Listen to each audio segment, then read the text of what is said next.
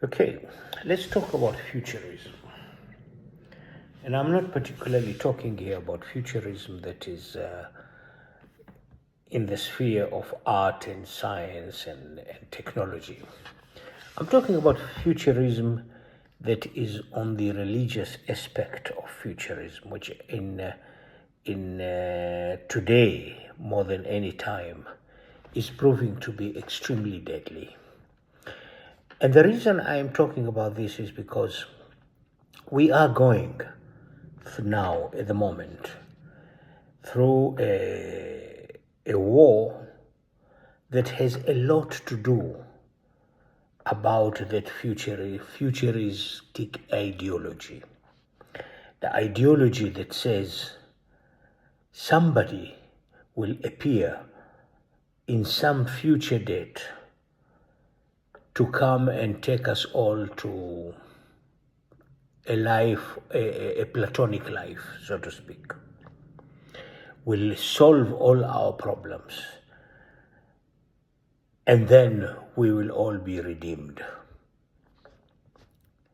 Now, this is a belief that is almost in all religions, whether it is Hinduism, Buddhism, Judaism, Christianity, Islam. All of these religions have these future beliefs about future.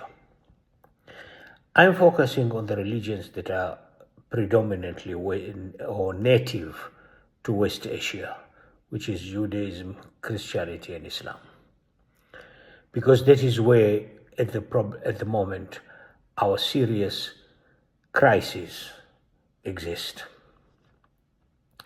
Now, in Judaism and Christianity, these ideas about a future, the second coming of Jesus in Christianity, the first coming of the Messiah in Judaism, the Mahdi in Islam, are all very strong beliefs. Although, while in Christianity and Judaism these beliefs are enshrined in the religious scriptures, in Islam the Quran says nothing about the Mahdi. He doesn't appear in the Quran. There is no reference to him in the Quran. In fact, I would even go as far as saying that the Quranic beliefs, or the Quran as a scripture, would deny actually the coming of the Mahdi. Responsibility is very much individual in Islam. From the beginning to the end, responsibility is individual. There is nothing in the Islam that says that you will be saved by the coming of an individual in some unknown future date or under certain circumstances. The Quran, as far as the beginning is concerned, whether we are here in this world because somebody did something wrong in some unknown time in the past, that original sin concept does not exist in the Quran, and it is in fact contrary to everything that the Quran says. تلك أمة قد خلت لها ما كسبت ولكم ما كسبتم ولا تسألون عما كانوا يعملون. That is, in people who have passed, for them are the benefits of their work, and for you are the benefits of your work, and you shall not be interrogated or accounted for what they did. So responsibility is very much individual in as far as the Quran is concerned.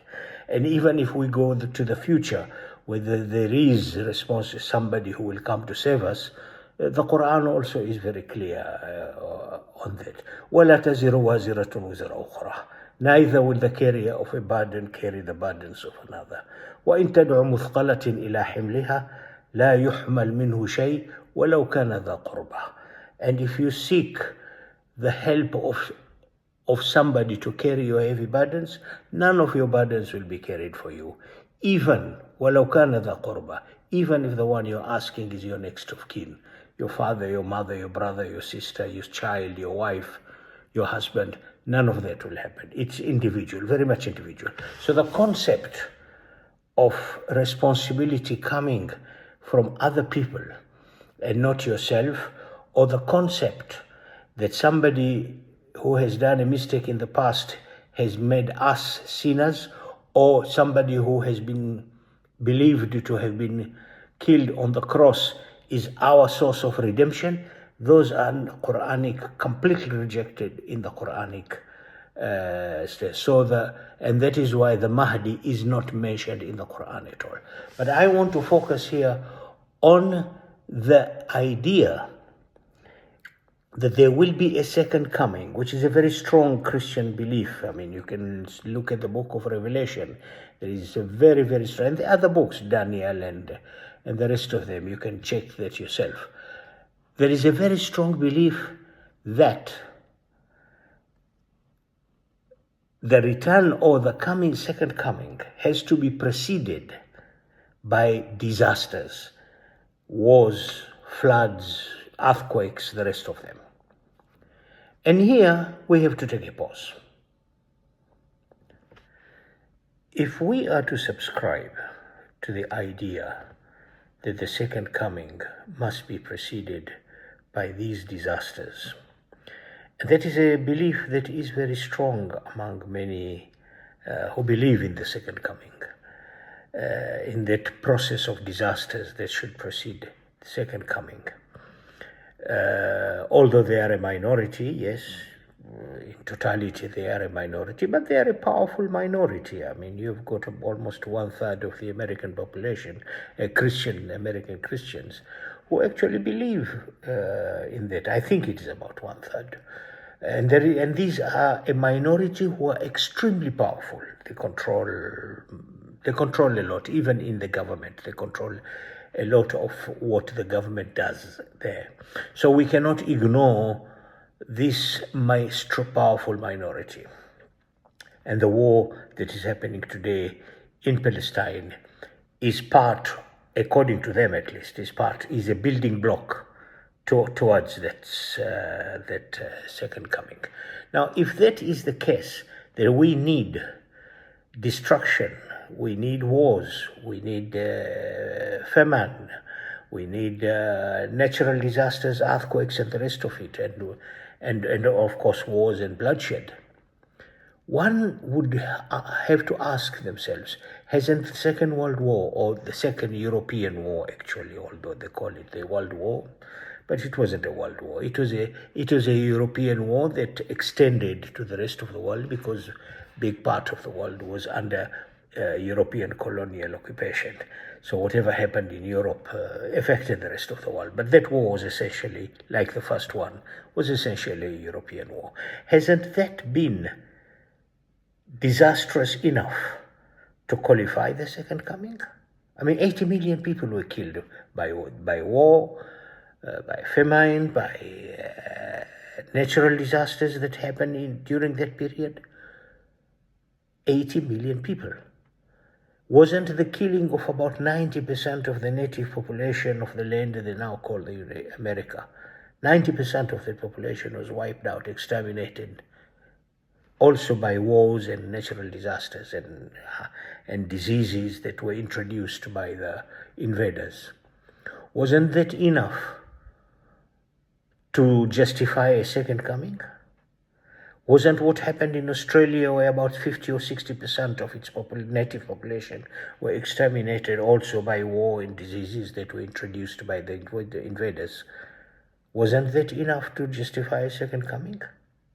So everything that has happened up until now, all the disasters that we have seen up until now, have not been powerful enough or big enough or disastrous enough to justify a second coming, or in the case of Judaism, to justify the Messiah to come, although admittedly in the case of Judaism it is not in the same way that it is believed in Christianity. They don't really subscribe to the necessity of natural disasters.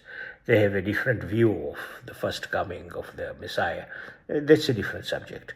But isn't the second coming as described in the scriptures, in Christian scriptures, everything that we have seen so far has not been sufficiently enough? Or do these disasters have to happen in Palestine? We are targeting Palestine, which then takes us to the next argument. that perhaps Christianity should not have been a Western religion. Since everything is about Palestine and about Christianity in Palestine, then why are others being bothered by it? We needed to think about that. If this religion is supposed to be a worldwide religion, as some believe, not me, I don't believe these West Asian religions are intended to be worldwide religions, although people have taken them all over the world, but they were not intended. These are very native to West Asia. That's why we see a lot of repackaging of this religion when it is applied. For instance, Christianity in Europe, it had to be repackaged in order to be applicable in some ways there. If you go to a Christian in Palestine, they don't subscribe to all these stories of disasters and killings and bloodshed to bring the second coming. This is a very, very westernized concept of Christianity. And in fact, the book of Revelation itself was written in Greece by somebody whose identity is not really known. I mean, John who?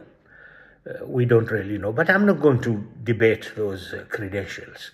My point is, if the second coming has to be preceded by disasters, then what we have seen in the world is sufficient, more than sufficient, to justify the second coming. Yet the second coming has not come. We need to think about that. Let's take another pause. In all this complex world of religion and politics, nothing has been more expedient, more beneficial to the Zionist regime in occupying Palestine and to international Zionism, because Zionism is becoming or has become a global ideology. Ask Joe Biden and he'll tell you repeatedly that he is a Zionist. So it is not just restricted to a small group of people somewhere in West Asia. It has become a global ideology. Nothing is more beneficial to this global ideology of Zionism, of the occupation of Palestine, than this idea of second coming, which, by the way, the Jews do not believe in. The Jews have a problem with the second coming of Christ because for them the Messiah has not come. So on the one side you've got Zionist Jews who among them are committed Jews who don't believe in the second coming, but of course use that belief beneficially for their political objective. It's a very strange situation here. The idea is to reinforce the occupation of Palestine, the reinforce of the genocide that has happened in Palestine, the ethnic cleansing in Palestine, the removal of every Palestinian from Palestine and the occupation of Palestine by Zionist Jews. This is where the danger lies, in that belief. If this belief was something that people have in their homes, in their hearts, and they harm nobody with it, and whether they're Christian Zionists or political Zionists, we would say it's up to them. Why should I bother? I mean, as long as you believe in that, whether you believe in the first coming of the Messiah, Jews, or the Mahdi, or the hero on a white horse, as the Hindus believe, or whatever you believe in, but it's your problem. It's your issue. I'm not bothered by it. You can believe whatever you like. But if you use that belief to carry out a genocidal war against a group of people, then it becomes our issue. Then it becomes an ideology that we must reject, not just reject, but actually fight. We cannot stay silent, because now we are entering a totally different situation where that ideology, that belief, is becoming a weapon of war in the most disastrous way that we see in Palestine today. So this concept of the second coming, if it is related to creating a massacre in Palestine, no sir. That's not going to be accepted by us. If it's something you keep in your own heart and you believe in your own places of worship, go ahead, be it.